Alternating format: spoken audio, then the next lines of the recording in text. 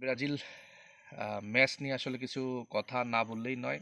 কালকে যেহেতু খেলা, সেহেতু আর্জেন্টিনা এবং ব্রাজিল ম্যাচটা খুবই উপভোগ্য হবে দর্শকদের মাঝে। তো আর্জেন্টিনার বিষয়ে যদি কথা বলতে চাই, আর্জেন্টিনা 4-4-2 ফরমেশনেই খেলে থাকে।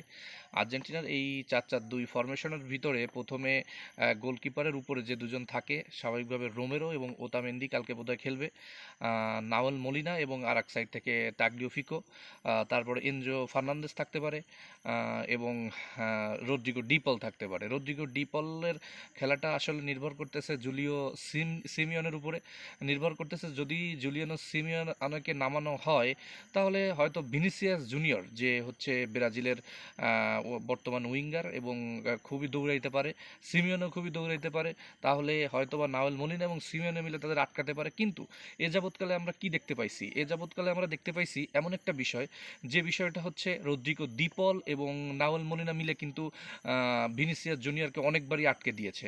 তো যাই হোক, 2019 সালে সেই 2-0 গোলে আর্জেন্টিনা হারছিল ব্রাজিলের কাছে। তারপর থেকে কিন্তু আর আর্জেন্টিনা হারেনি। ম্যাচগুলো এক গোলে প্রায় জায়গায় জিতে নিয়েছে, কখনো ড্র হয়েছে। তো কালকের ম্যাচে ব্রাজিলের দিকে অবশ্যই আলাদাভাবে নজর আমরা রাখবো, যেহেতু নেইমার নাই, এদিক থেকে মেসিও নাই।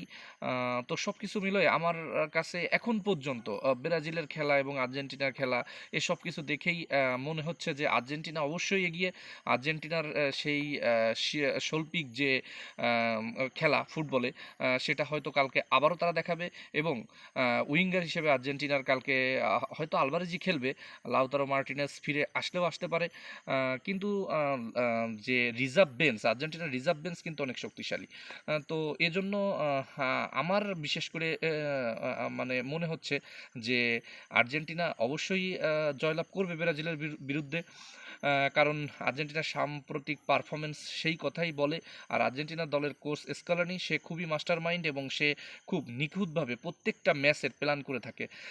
তো এলিসন বেকারকে ফাঁকি দিয়ে যদি আলভারেজ এবং ডিপলরা কালকে গোল দিয়ে আর্জেন্টিনাকে আবার জয় এনে দিতে পারে, তাহলে অবশ্যই মেসি ছাড়া এই ম্যাচে আর্জেন্টিনা অনেক বেশি আত্মবিশ্বাসী হবে বলে আমি মনে করি।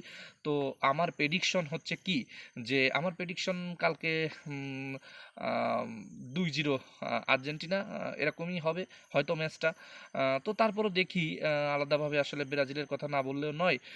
ব্রাজিল যে খারাপ খেলে তাও নয়। তো দেখা যাক ম্যাচটা হাড্ডাহাড্ডি লড়াইয়ের মধ্যে দিয়ে। আমি যেহেতু তারপরেও বলছি যে আর্জেন্টিনা 2-0 গুলো জিতবে, কারণ নতুনদের মেলা আছে আর্জেন্টিনা দলে। নতুনদের মেলায় বসে আর্জেন্টিনা হয়তো তার রিজার্ভ বেঞ্চ ইউজ করতে পারে আরও শক্তিশালী হওয়ার জন্য। দল আর্জেন্টিনার প্রতিটা পয়েন্টেই গুরুত্বপূর্ণ প্লেয়ার আছে এবং রিজার্ভ বেঞ্চে যারা থাকে, আমি আবারও বলছি, তারা অতি শক্তিশালী। ব্রাজিলও যে পিছিয়ে তা নয়, কিন্তু আমার কাছে মনে হচ্ছে আর্জেন্টিনাই শক্তিশালী। তো দেখা যাক কালকে এই চমৎকার ম্যাচে আর্জেন্টিনা কিভাবে প্রতিপক্ষের উপর তাদের ডোমিনেশনটা বজায় রাখতে পারে এবং ডোমিনেট করতে পারে। তো আমরা আশাবাদী কালকে একটা সুন্দর ম্যাচ দেখব আমরা।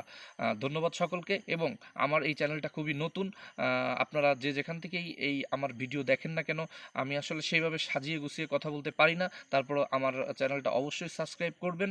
রাতের ভিডিও হয়তো ভালো আসবে না, কিন্তু তারপরেও আমি যতটুকু পারছি ততটুকু বলার চেষ্টা করছি। আমি আবারও বলবো, আপনারা একটু সাবস্ক্রাইব করবেন। ধন্যবাদ সকলকে।